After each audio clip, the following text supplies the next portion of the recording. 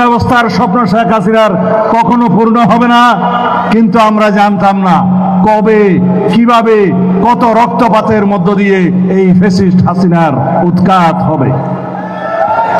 কিন্তু আমরা দেখলাম 5ই আগস্ট, জুলাই আগস্টের ছাত্র জনতার গণ অভ্যুত্থানের মধ্য দিয়ে হাজার হাজার শহীদের রক্তস্নাত রাজপথের মধ্য দিয়ে বাংলাদেশে শেখ হাসিনার পতন হলো, ফ্যাসিস্ট হাসিনার পতন হলো, ফ্যাসিস্ট হাসিনা পালিয়ে যেতে বাধ্য হলো। নতুন স্বাধীনতা প্রতিষ্ঠিত হলো, নতুন বাংলাদেশে আমরা নতুন করে প্রত্যাশা, নতুন করে জন আকাঙ্ক্ষার মধ্যে বাঁচতে থাকলাম। আজকের জন আকাঙ্ক্ষা কি?